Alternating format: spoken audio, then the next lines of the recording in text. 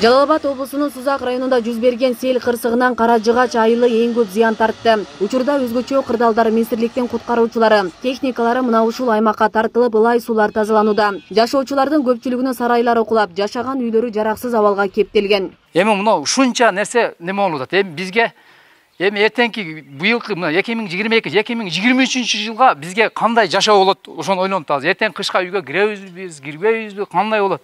Же башка жактан чектиребиз бизге кандай кылат? Бизге караңгы. Азыр биздин эшигелигибизде ушу ылайларды тазалап, маркверки кылып атат. Мамлекетке да рахмат. МЧС келди, айыл өкмөттөрдөн немелер келип атат, мугалимдер, ушу иштегендердин баары келип атат. Рахмат ушу элге дагычы, ушу немеге дагы.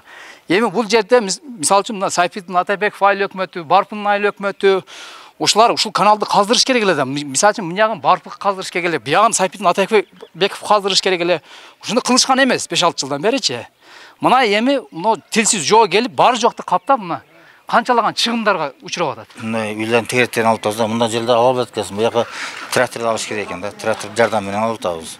А так биз кол менен үйүнө кирип чыкканга, туалетке барганга, эшин алып тазалаганга ошол үйлөрдүн ишин тазалап атабыз. Каражыгач эң опасный болгонуна байланыштуу көп жабыркаган турак жайлар бүгүнкү күндө тазалоо иштери жүргүзүлүп атат.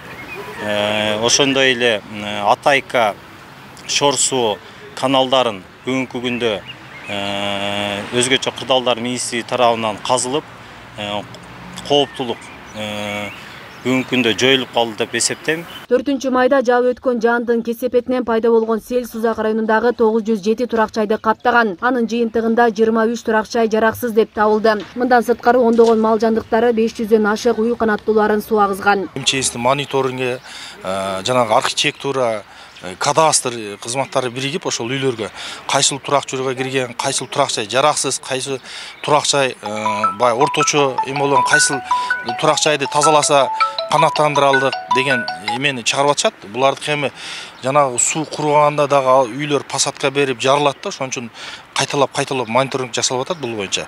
Анан ветеринардык служба ошол малдардын, мисалы бир жылкы баш, 3 жанагы мал жандыгы, 3 баш эшек, 60 баш тоок, ушу үрдөк бар жогун жөжөлөрдөн бери эсептеп чыгышып бүгүнкү күндө жыйынтыгын алар дагы берип атышат. Мен өкмөткө келип, мынерден адам бер, жардам бер деп дагы келдим неме кылып. Материалдык чыгым тарткан тургундар атайын түзүлгөн штабка келип, өздөрүнүн маселелерин айтып даттанып жатышат. Анткени менен азырынча чыгымдар толугу менен эсептелип чыга элек. Жабырлануучуларга кандай жардам берилери да белгисиз. Президенттин Жалал Абад облусундагы өкүлү Абсатар Сыргабаев кайсы бир өлчөмдө компенсация төлөнөрүн билдирүүдө. Бүгүнкү күндө бардыгы эсептелип бүткөндөн кийин биз министрлер кабинетинин төрагасына кат жолдойбуз. Ушунун маселесин чечип, компенсация берүү боюнча.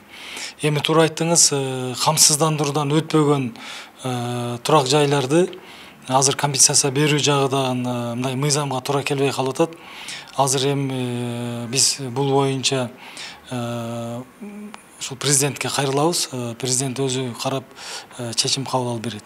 Бирок ар бирине компенсация берилет. Кошумча маалымат катары айтсак, быйыл 2022 жылы Сузак районунда арык каналдарды тазалоо иштерине 30 миллион сом каралган. Анын 20 миллиону бөлүнүп берилип, жыйынтыгында арыктарды тазалоо жумушу 100% аткарылганы маалымдалат. Ал эми 4-майдагы сел кырсыгын суунун көлөмү көп келгендиги менен түшүндүрөт облус башчысы Абсатар Сыргабаев. Бардык чаралар көрүлүп атат, каналдар чоңойтулуп, ал жерде эң негизгиси көпүрөдөн жана көпүрө кичинекей болуп, ал жерге дарактар агып келип тосулуп, ал жерден өтө албастан аркага суу кетип турган айылдын ичине кирген да.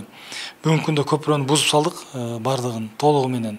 2 көпүрөнү буздук. Андан сырткары МЧС тарабынан быйыл ошол жээгин, дамбаларды көтөрүп, бекемдөө иштери жүрөт. 2 тараптан 150 метрден 300 метр дамба болот. Асел Садокова, Замирбек Тойчубаев, Регион телеканалы.